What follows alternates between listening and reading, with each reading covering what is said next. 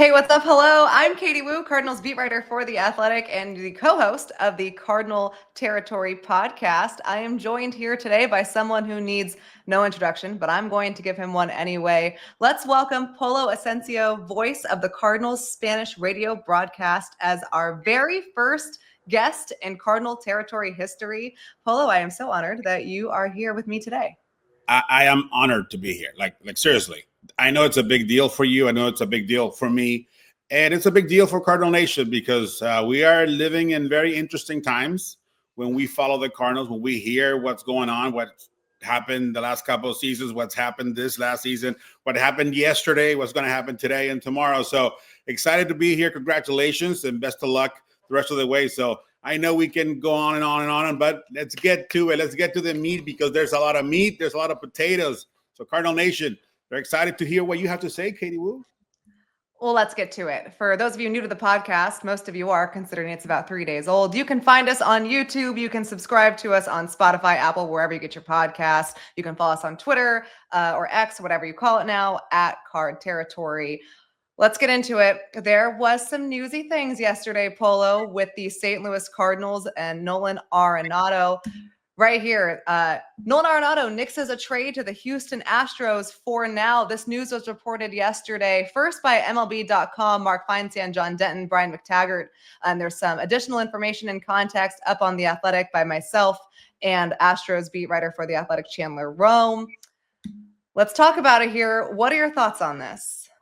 My thoughts is I'm going to start with what I think Nolan is thinking. I don't know what he's thinking. I mean, I'm sure he knows what he's thinking, but he is taking his time. When I heard the news, I was like, oh, wow, that's crazy. But then you start thinking about it. You start reading about it and listening to what it's out there, including your fine pieces that you put yesterday. The Astros were not on his list, right? The list, right? I'm sure somebody has seen the list. I don't know the list, but people say they are not on his list. So I think he needs to take time to understand what the next step will be if he moves on to the Astros. I read a lot and it said, for now, right? He said, I'm not going there for now, but that doesn't mean that he's not going to change his mind once Christmas, once New Year's. And let's be honest here. No joking. Christmas is next week. New Year's is a couple of weeks from now. We all want to be relaxed during New Year's and Christmas. Maybe that's what he wants. Maybe that's what Nolan wants. He's like, you know what?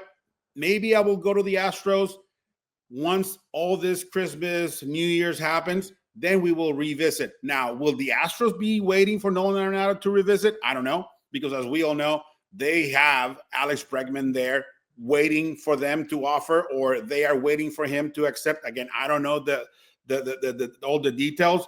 But I don't see anything wrong. I really don't, because it's his future. It's Nolan's future. And when my future is in play, I want to make sure that I am making the right decision. And if he thinks he needs to take time to say yes or a definite no to the Astros, he will. Now, on the other side, if you are the Cardinals, and seriously, great job from the Cardinals of looking to make sure Nolan is happy. Right? He said, I want to go to a team that is going to be winning the next few years. The Astros look like a team they're going to be winning, and they have for the almost a decade now. And the Cardinals, we already heard it, their reset, their reboot, their whatever. So good job by Mo and his people, the front office, Heim, whoever was involved, on looking out there, listening, and at least in this case, picking a team that they know is going to win, or at least we think it's going to win. Now it's up to Nolan to accept or not, and it's up to the Cardinals to say, okay, we already picked a team. You said no. Guess what?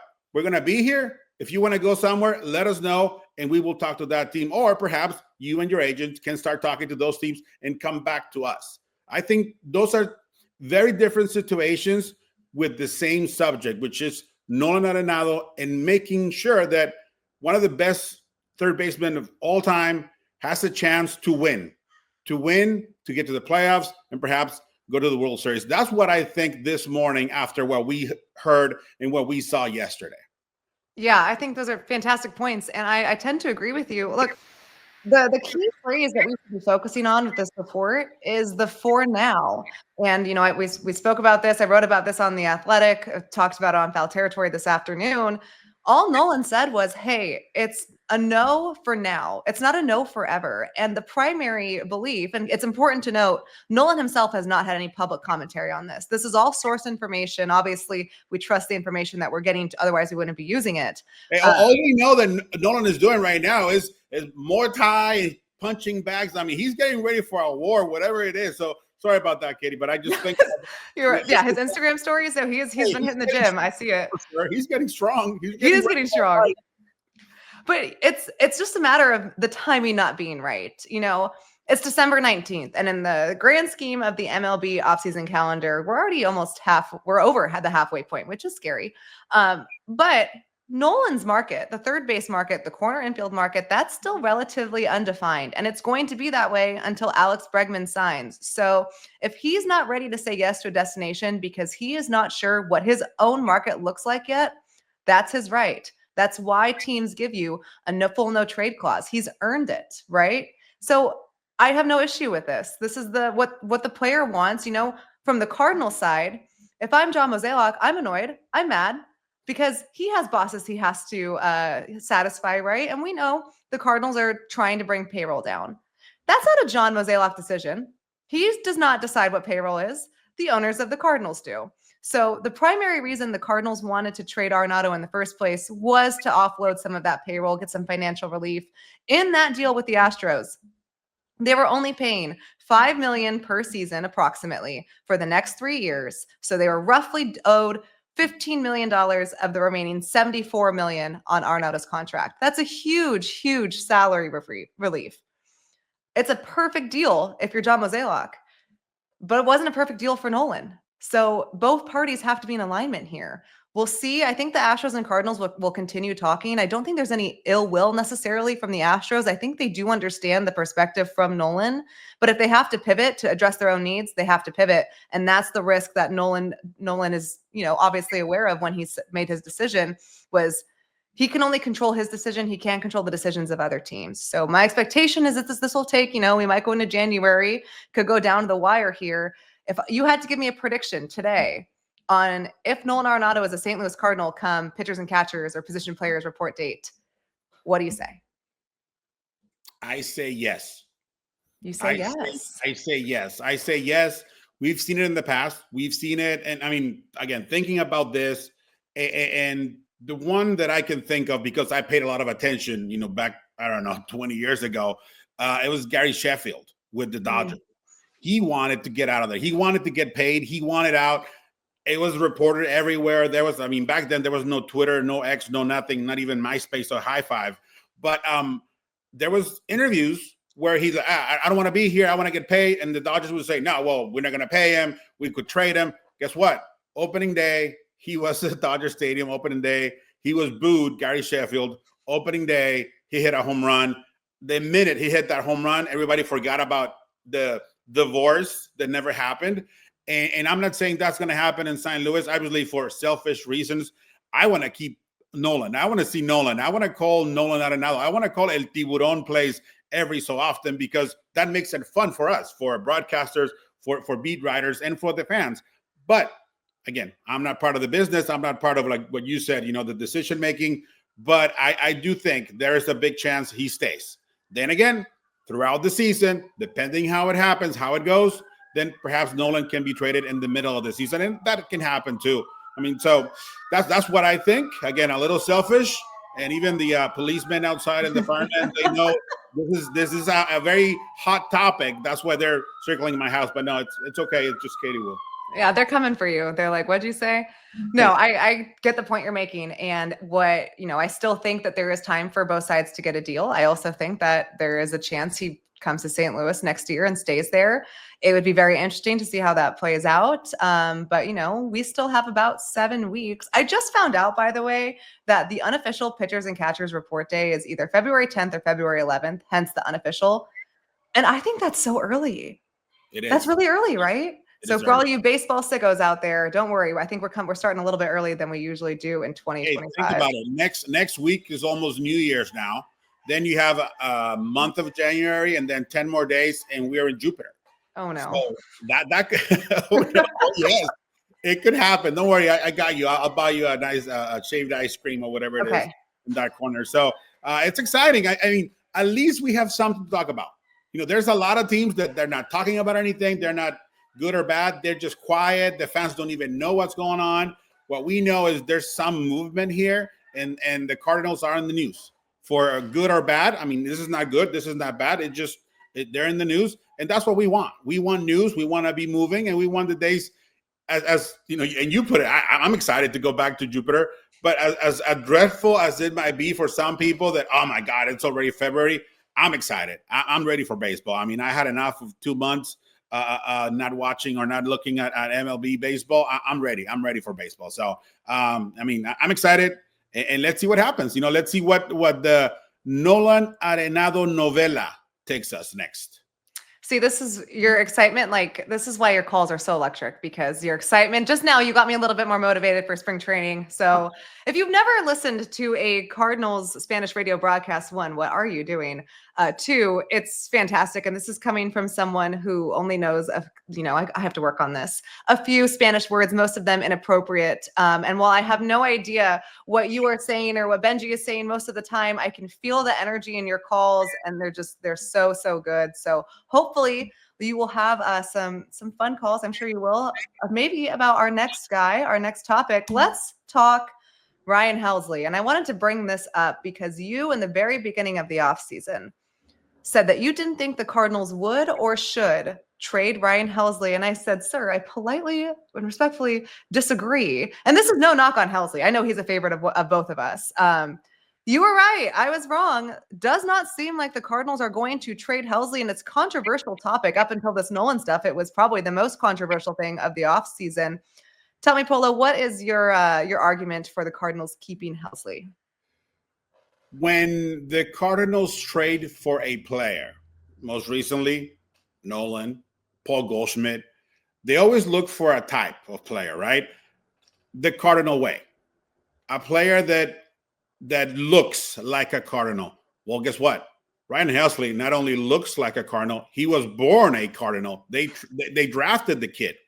They drafted him. And one thing that I like about Helsley and the Cardinals, they never moved them around like we've seen in recent years. Like, you start, you relieve. You start, he knew his role, and he has embraced that role. He has embraced it, and he owns it. He owns the part. He is very polite. He is very quiet. He is somebody that I actually look up to, the way he works and the way he conducts himself. He always has time for the fans. He always, when he doesn't have time for the fans or the media, very politely, you know what, guys, I am really sorry. Right now, it's not a good time. If you wait, maybe I have time later, but don't think that I will talk to you because I'm in a hurry. I have to work. I have this interview. I have something that I have to do. The other thing is, right when the season ended and we go into the offseason, there's so many relievers out there available. There's so many closers to this day, a lot of them. So why are you going to trade somebody who other teams can get for cheap, let's just say, right? I mean, Chapman, he went to the Red Sox for $10 million 1 year. That is very good for that's a good bargain. You have Tanner Scott out there. You have Kenley Jansen out there. So if you are the Cardinals, yeah, you might say, hey, guys, we might have Helsley available. Again, I don't know what goes on. And teams say, you know what? Do we want to trade a top prospect? Because that's what you want for Ryan Helsley. Do we want to trade a top prospect or two? Or do we just want to give Aroldis Chapman a 1 year deal for $10 million? So when I looked at that, I'm like, it makes no sense for the Cardinals to put him out there and have low ball offers from other teams. And like I said, he is a Cardinal. Moving forward, that's what we want, right? That's what the Cardinals want to go back to. Cardinals, people that came up through the system, people that look the part. And seriously, over the last couple of years, especially last season and 2022 when he was in the All-Star game, who has looked more like a Cardinal than Ryan Helsley? And now He is not a young kid anymore. He is not a rookie. He's not somebody who is just starting to pitch. He has experience, a lot of experience. He's been up, he's been down, and right now I think he is at his peak. And if, again, I don't know what's going on, you don't know what's going on, we might hear things, but if I was the Cardinals, I would sit down and say, hey, you're going nowhere for now. Why don't we just talk about an extension instead of you moving on? Because his numbers are going up. The fan base loves him. And I think that's what you need to keep. When a player is loved by the fan base and you can keep him, keep him. Yes, I understand. He's a reliever. He's a closer. And sometimes people don't like to pay a lot of money for closers. But in this case, I think you can come to an agreement with Ryan and keep him for the long run, if not forever. That's what I feel. That's what I feel. And that's why I told you at the beginning, and I know we talked about this before, I don't think he's going anywhere, and he shouldn't go anywhere. Then again, if the right offer comes, maybe he'll be elsewhere. But for now, el hijo del chamuco, Hellsbells, looks like he's going to be back with the Cardinals next season. Yeah, I think the perspective, the Cardinals, when they come out and said, hey, we're going to reset next year and we're going to cut payroll costs, it made sense because after Helsley's fantastic year in 24, I mean, he set the MLB record in saves for that year, the franchise record, for saves for the Cardinals, like well-deserved raise coming in arbitration for Helsley. He absolutely deserves it. It was kind of the natural correlation to say, well, if he's going to be due for a major set of arbitration 1 year before he's a free agent, makes sense for the Cardinals to try to boost his value. But seeing how slow the relief pitching market is, and it's always slow in the offseason, but this year in particular feels like especially sluggish, I can understand. And, one thing that I think has gotten mixed messaging from John Mozeliak is the Cardinals aren't punting on 2025. Don't get me wrong. This is a very different offseason from seasons prior. And the, ownership's decision to bring payroll down, the Cardinals' decision to play the youth, like that's very frustrating if you're a Cardinals fan. I'm not trying to diminish that. You should be angry that, that it's come to this point. But they are still trying to win with the players that they have. And that is the key phrase for me. The more I hear Mo say this, the players that they have, they are trying to win with. Helsley, you can win with. And hey, you know what? If the Cardinals spiral out and come the trade deadline, all of a sudden, it looks like they may be moving on and they could still trade Helsley, they can do that. I wonder if an extension has been explored. It's really difficult this year to say because the person making the decisions for the 2025 roster will not be making the decisions for 2026. It's hard to see what was that? Right there it's very interesting. It's like, right. We know Mo is moving on. Whatever he's going to do next, good luck to Mo. I mean, I really like him, and I know you do too. But the next guy come up, not only the next guy, but the next front office. What is that they're thinking? And you mentioned it before. What are the owners telling the next guys, the next front office? Hey, we can do this. Let's flush this couple of players, and then we can start investing. Like we can start looking into things, and that makes it very, very interesting. Along with all the other players, the Arenado, the Helsley, the Fetty, the Steven Matz, all those guys that everybody is talking about. Oh, they might move, they might not move. For now, no moves, so we're good. We're chilling. Helsley, you're chilling. But, again, from a beat writer perspective, you always try to look at like what makes the most logical sense from a personal standpoint. Ryan Helsley has been, I call the players that I've covered since my first year in 21. I call them dogs. Helsley's been a dog and a great family. Wife is amazing. Has a second daughter on the way. So that's exciting too. Looks like he will stay in St. Louis. Now let's talk about another guy that you and I both know well. He is a friend of yours and there we go. Oh, there he is. And he's also a first baseman now. Willson Contreras will be the Cardinals' opening day first baseman come 2025. He will not be catching. Those duties will go to Pedro Pajes and Ivan Herrera. This was not something I saw coming. However, Willson did. And when I talked to him earlier in the week, he said, I told you so. So the moral of this episode is I need to start listening to people.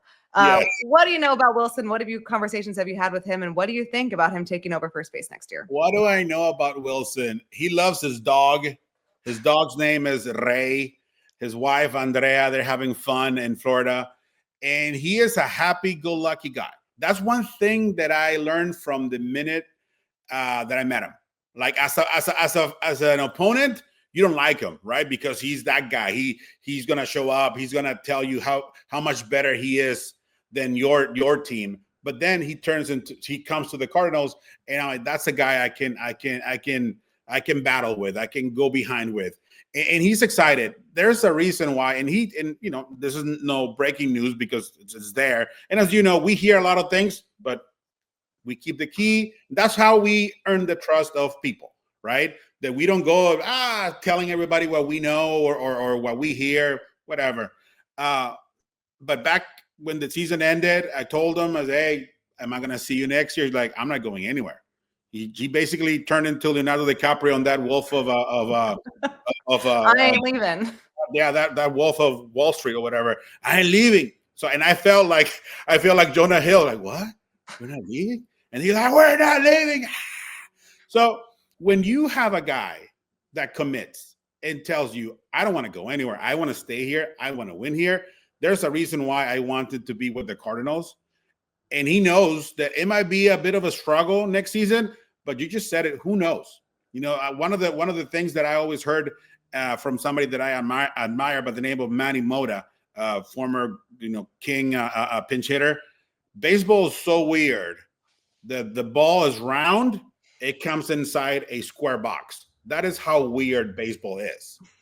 So this Cardinal team, I don't think is down for the count. I don't think they're taking a year off. I don't think they're looking for a lottery pick for next season. I think they're looking to do something and perhaps shock some people, right? And Willson Contreras likes that. I think he can be a real mentor of young players, a real leader in the clubhouse. And you see it, I see it. I notice how the young guys go to that corner. They talk to him. They listen to him. They follow him. And I believe that's what he likes. He saw from the other side when Yadi was here, when Albert was here the last time. So he wants to be that guy. He wants to be that guy with Cardinal Nation. And I'm excited. I'm excited. I'm happy he's staying. I'm excited. And I'm also excited for the opportunity for Ivan Herrera. Ivan Herrera is a guy that we've been waiting for a while to do something. Last season, injuries, took him down. Then Pedro Pica Piedra, Yabba Dabba Do, Pedro Pajes comes out of nowhere and has a very good season for a rookie that nobody thought he could do anything. So now we have three guys that can catch, because all of them can catch, three guys that can hit. And I'm excited for that. I'm excited for Willson to try first base. I'm excited for Willson to DH and save his body, perhaps to have a longer career. But I am very excited to see what Pedro can do, knowing that he is part of that core. Now, it's not Pedro going into spring training, hoping maybe I'll start in AAA, maybe they'll give me a chance. Now he knows the chance is there, and Ivan the same way. So with Willson moving, opens up opportunities, like we said, at bats for people. And we have Alec Burleson getting at some more at bats. We're going to have Ivan Herrera. We're going to have Pedro Pajes. And I think with the leadership of Willson Contreras, this team can surprise some people. And I mean, I'm going to be honest, I miss champagne on my eyes. So hopefully 2025 ends with champagne everywhere. I've covered exactly 3 playoff games on the Cardinals beat. Not one single win yet. So I'm looking to cross that one off my bucket list at some point. But maybe it's you. It's me. Whatever. Sacramento or whatever. Not Sacramento. Please no. With the Athletics. I think I like your point about the young guys. Ivan Herrera, I don't think got necessarily the right instruction coming up through the minor leagues, because how do you get all the way to the major leagues? And all of a sudden now the organization is aware that, hey, your arm throwing to second is not as strong as it could be. Right. So I think that was a reflection, not on Herrera, but on an oversight by the player development system, which, Cardinals are fixing, they say. I like Pedro Pajes, and I remember he left such a good impression in spring training last year. And on the final day, I said, hey, I hope to see you at some point this season. And then he spent pretty much the whole season up in St. Louis. I think there a lot to be exciting with these two guys. And more, you're seeing teams not necessarily have a traditional starting catcher, but it's a hybrid role based on, what pitcher they work best with, how do they hit against the opposing pitcher? What does that team's defense really need that day? I would love to see Ollie Marmol kind of use both of those guys as a hybrid. And then if absolutely necessary, they have Contreras, though Mo said that, that would be really unlikely that he'd be behind the plate. What I'm most excited to see for Willson is that bat. That offense last year was pretty anemic. It was not the most thrilling to watch. You're expecting a lot of bounce back years, right? From Nootbaar, from Gorman, from Walker. I like obviously Mason Wynn, Brendan Donovan, they're pretty consistent. I really like Alec Burleson's bat to ball skills, but there wasn't power there. And Goldschmidt and Arenado have taken responsibility for that. Contreras, when healthy, was by far their best hitter. By keeping him or moving him to first base, you're essentially hoping to keep him healthy and to have that power bat and like the 3-hole, you think, that excites me. When you're counting on so many players to hopefully pick it up and turn it around, having someone that can supply the offense in the middle of your order is key. So I'm excited for that element of it. When I talked to Willson, I'm still having a hard time picturing him at first base. When I hung up the phone the other day, I said, "Okay, I'll see you pitchers and catchers," and he said, "No, you won't." And I kind of laughed because I didn't get it. And I was like, "No, yeah, I'll see you then." He goes, "I'm not going to be there. I'm not a catcher." And I was like, "Oh yeah, you're right. You're not." Yeah, he's taking it to heart. It's like, you're not a catcher anymore. He's like, all right, I'll show up with the pitch with the rest of the guys. But you and I know that he's going to be there early. You and I know he's going to be there working with some guys. So it's going to be a very interesting season, and it's going to be an interesting season for the manager. It's going to be an interesting season for those guys that you mentioned, and then let's see who shows up. Because one thing we know with the Cardinals over the last few years, there's always somebody. Always somebody's going to show up. Pedro Pajes is going to show up. Brandon Donovan is going to show up. And Alec Burleson is going to show up. Lars Nootbaar is going to show up. Who is the next guy? How do they say it? Next man up. Who is the next one that's going to say, hey, I want my chance? We have a few names and a few ideas. But let's see, let's see what's next. Let's see who is the next one. Say, hey, I want my chance, and like Brandon Donovan, like Alec Burleson, like Pedro Pajes, earn it and keep it. And that's what excites me. Yeah, we want to have a team filled with superstars and everybody, oh my God, going crazy and World Series or bust. But I also want to see the young guys. Give the young guys a chance to prove themselves and to earn the birds on the bat. So I'm excited for the season. I'm always excited, but it's every year is different, and next year I think is going to be the most different we have seen, Katie Wu. And I'm excited to spend next season with you. I cannot wait for us to get back to Buffalo Wild Wings and Ted Drew's after Sunday day games, a tradition unlike any other. And Bianca, your daughter, if you're listening, hey girl, we miss you too. Well, you see her every day. I miss her. And hopefully she'll join us there too. This was the second episode of Card Territory. You can follow us on Twitter at Card Territory Original. I know you can like and subscribe to our page on YouTube. Find us on Spotify, Apple, wherever you get your podcasts. I'm Katie Wu. He's Polo Ascencio. This was so much fun. Polo, thank you so much for joining us. Let's do it again, Katie. Let's do it again. Again, thank you for the invite. Best of luck to you and to everybody working with you. And this was a good decision. This was a good decision. And hopefully this is the first of many, many times that I get to join you. I'm already booking you as a reoccurring guest, so get ready. All right, Polo, thanks for joining me. Trevor Rosenthal is back with us on Tuesday. We will talk to you then. This is Cardinal Territory.